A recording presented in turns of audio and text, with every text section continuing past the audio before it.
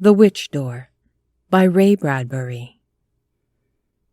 It was a pounding on a door, a furious, frantic, insistent pounding, born of hysteria and fear and a great desire to be heard, to be freed, to be let loose, to escape.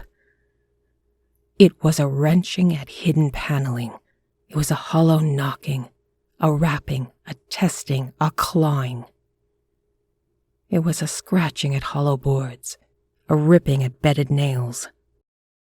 It was a muffled shouting, demanding, a call to be noticed, followed by silence.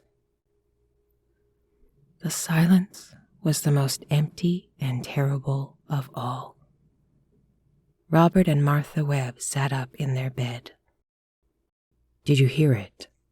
"Yes, again." "Downstairs." Now, whatever it was that had pounded and rapped and wrenched and clawed had drawn into silence, listening to hear if the cries and drumming had summoned help. The winter night lay through the house, silence snowing into every room, drifting over tables and floors, banking up the stairwell. Then the pounding started again, and then a sound of soft crying. "Downstairs." "Someone's in the house." "Lottie, do you think the front door's unlocked?" "She would have knocked." "She's the only one it could be. She phoned." They both glanced at the phone. It was dead. All the phones had died days ago with the riots in the towns and cities.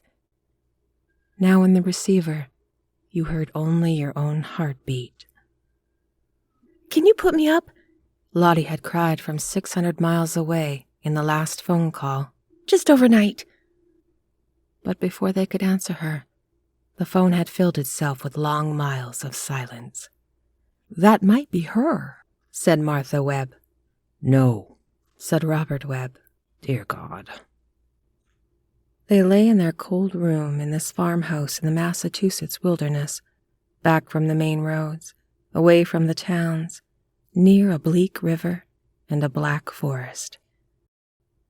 It was the frozen middle of December. The white smell of snow cut the air. They arose. With an oil lamp lit, they sat on the edge of the bed as if dangling their legs over a precipice. "Whoever it is sounds frightened." "We're all frightened, damn it. That's why we came out here, to be away from cities, riots, all that damned foolishness. Now when we find peace at last, people call and upset us. And tonight, this, Christ." He glanced at his wife. "You afraid?" "I don't know. I don't believe in ghosts. I'm sane, or like to think I am. Where's your gun?" "We won't need it. Don't ask me why, but we won't." They picked up the oil lamp. In another month, the small power plant in the white barn behind the house would be finished, and there would be power to spare. But now they came and went with dim lamps or candles. They stood at the stairwell. The crying, the sadness, and the plea came from below. "She sounds so damned sad," said Robert. "God, I am sorry for her, whoever she is. Come on."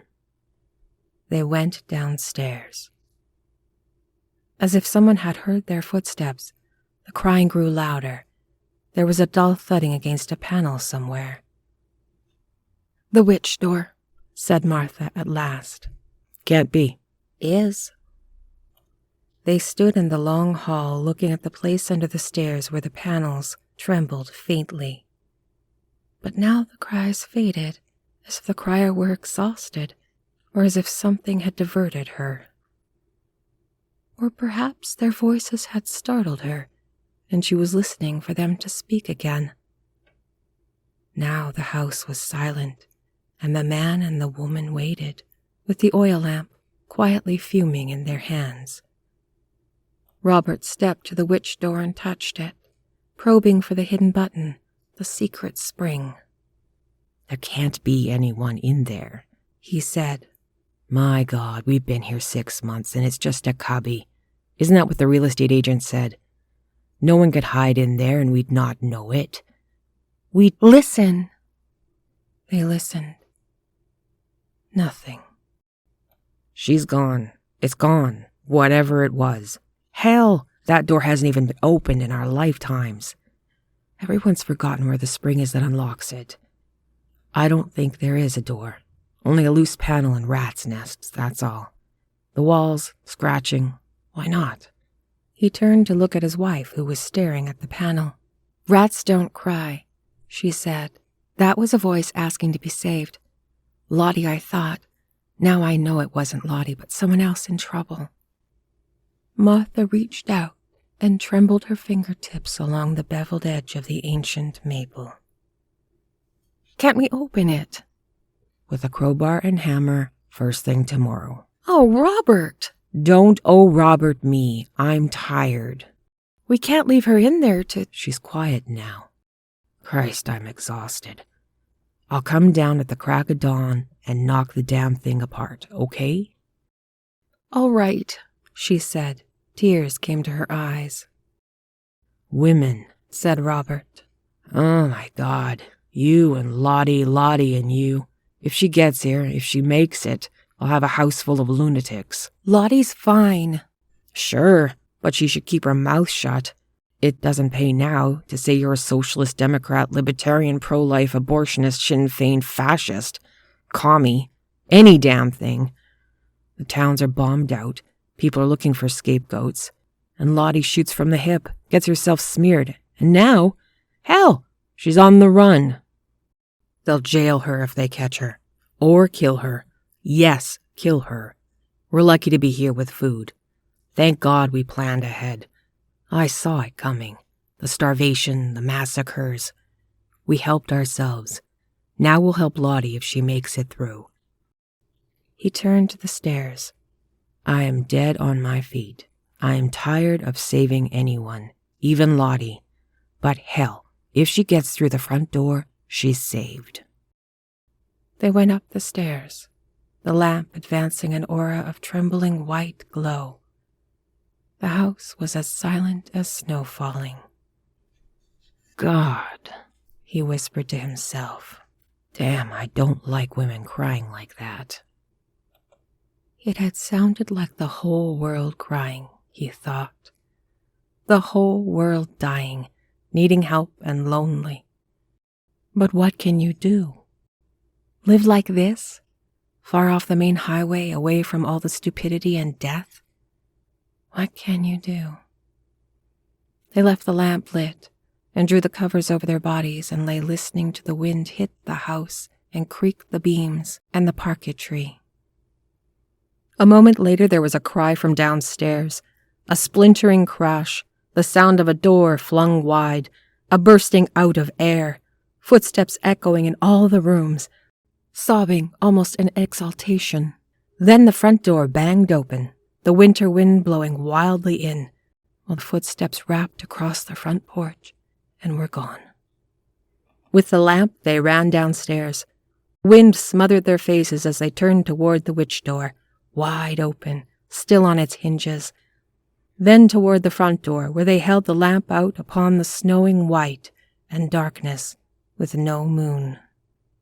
Snowflakes fell from the sky to the mattressed yard. Gone, she whispered. Who? We'll never know unless she comes back. She won't. Look. They moved the lamplight toward the white earth and the tiny footprints going off across the softness toward the dark forest. It was a woman then, but why? God knows. Why anything? They stood looking at the footprints a long while, until, shivering, they moved back through the hall to the open witch door. They poked the lamp into the hollow under the stairs. Lord, it's just a cell, hardly a closet. And look! Inside were a small rocking chair, a braided rug, a used candle in a copper holder, and an old, worn Bible. The place smelt of must and moss and dead flowers. Is this where they used to hide people? Yes. A long time back, they hid women people called witches. Witch trials. They hanged or burned some of them. Yes, they both murmured, staring into the tiny cell. And the witches hid here while the hunters searched the house and gave up and left? Yes. Oh my God, yes, he whispered. Rob? Yes. She bent forward. Her face was pale as she stared at the small, worn rocking chair and the faded Bible. Rob, how old? This house, how old? Maybe 300 years. That old? Why? Crazy. Stupid. Crazy? Houses old like this, all the years, and more after that. God, feel. If you put your hand in, yes? Would you feel it change? What if I sat in that rocking chair and shut the door? What? That woman, how long was she in there? From way, way back. Wouldn't it be strange? Bull. But if you wanted to run away badly enough, wished for it, prayed for it, and people ran after you, and someone hid you in a place like this, a witch behind a door, and you heard the searchers run through the house, closer and closer, wouldn't you want to get away? Anywhere. To another place. Why not another time? And then, in a house like this, a house so old nobody knows, wouldn't it be, if you wanted and asked for it enough, you could run to another time? Maybe. She paused. Here? No, he said. That's stupid. But still, some quiet motion within the closeted space caused both, at almost the same instant, to hold their hands out in the air, curious, like people testing invisible waters. The air seemed to move one way, and then another, now warm, now cold, with a pulsation of light and a sudden turning toward dark. All this they thought, but could not say. There was weather here, now a quick touch of summer, and then a winter cold, which could not be, of course, but there it was. Passing along their fingertips, but unseen by their eyes, a stream of shadows and sun ran as invisible as time itself, clear as crystal, but clouded by the shifting dark. Both felt that if they were to thrust their hands deep, they might be drawn into drown in a storm of seasons within an incredibly small space. All this, too, they thought, or almost felt, but could not say. They seized their frozen but sunburnt hands back to stare down and hold them against their breasts. Damn, whispered Robert. Oh, damn. He backed off and went to the open door again to look at the snowing night where the footprints had almost vanished. No, he said. No. Just then the yellow flash of headlights on the road braked in front of the house. Lottie, cried Martha. It must be Lottie. The car lights went out. They ran to meet the running woman halfway up the front yard. Lottie! The woman, wild-eyed, hair wind-blown, threw herself at them. Martha, Bob, God, I thought I'd never find you. Lost. I'm being followed. Let's get inside. Oh, I didn't mean to get you up in the middle of the night. It's good to see you. Jesus, hide the car. Here are the keys. Robert ran to drive the car behind the house. When he came back around, he saw that the heavy snowfall was already covering its tracks. Then the three of them were inside the house, talking, holding on to one another. Robert kept glancing at the front door. I can't thank you enough, cried Lottie, huddled in a chair. You're at risk. I won't stay long, a few hours, until it's safe. Then, stay as long as you want. No, they'll follow. In the cities, the fires, the murders, everyone's starving. I stole gas. Do you have more? Enough to get me to Greenboro. Lottie, said Robert. Yes? Lottie stopped, breathless. Did you see anyone on your way up here? A woman? Running on the road? What? I was driving so fast. A woman? Yes! I almost hit her. Then she was gone. Why? Well, she's not dangerous? No. It is all right, my being here? Yes, fine. Sit down. We'll fix some coffee. Wait, I'll check. Before they could stop her, Lottie ran to the front door, opened it a crack, and peered out. They stood with her and saw distant headlights flourish over a low hill and dip into a valley. They're coming, said Lottie. They might search here. Martha and Robert glanced at each other. No, thought Robert. God, no. Preposterous, unimaginable. No, none of this. Get off circumstance. Come back, Lottie, in 10 years, 5 years, maybe a year, a month, a week, even tomorrow. But don't come with coincidence in each hand like an idiot child and ask, only a half an hour after one terror, one miracle, to test our disbelief. What's wrong? Said Lottie. Said Robert. No place to hide me? Yes, he said. We have a place. You do? Here. He turned slowly away, stunned. They walked down the hall to the half-opened paneling. This? Lottie said. Secret? Did you? No, it's been here since the house was built long ago. Lottie touched and moved the door on its hinges. Does it work? Will they know where to look to find it? No. It's beautifully made. Shut. You can't tell it's there. Outside in the winter night, cars rushed closer, their beams flashing up the road, across the house windows. Lottie peered into the witch door as if down a deep, lonely well. A filtering of dust moved about her. The small rocking chair trembled. Moving in silently, Lottie touched the half-burnt candle. Why, it's still warm. Martha and Robert said nothing. They held on to the witch door, smelling the odor of warm tallow.